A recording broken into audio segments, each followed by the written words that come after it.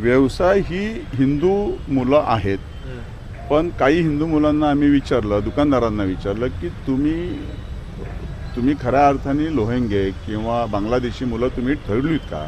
ह्याच्यावरती देखील ओहोपोह खूप झाला.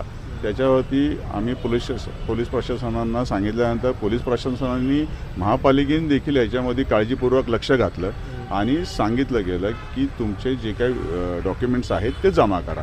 मग पोलिसांनी वेळी अवेळी येऊन देखील तपासण्या केल्यात आणि त्याच्यामध्ये कुठेही आज तगायत तरी लोहेंगे कुठं सापडले गेले नाहीत. जर ते कोणी दुकानदार जरी कुठल्या लोहेंगी बांगलादेशाला जर ठेवत असेल तर त्यांना ठेवू नये ही आमची पहिल्यापासूनची भूमिका आहे.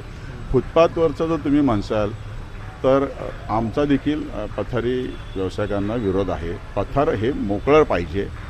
जे ठराविक महापालिकेने ज्यांना लायसन्स दिलेत त्याच्या व्यतिरिक्त नको आहे.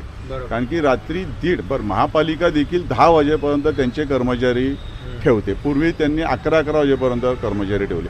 पण 24 तास महापालिका देखील लक्ष देऊ शकत नाही. त्याची काही जबाबदारी मनुष्य म्हणून आपली देखील आहे, संघटना म्हणून आमची. पण होतं काय, आमची सगळी दुकानं बंद झाल्यानंतर 10-10:30 नंतर जनरली ही व्यापाऱ्यांची दुकानं बंद होतात. त्याच्यानंतर ही जी कोणी पथारी व्यावसायिक येतात ते कुठून येतात, कसे येतात, काय येतात ह्याच्याबद्दल काही कुणाला ठाव ठिकाणा लागत नाही. 10-10:30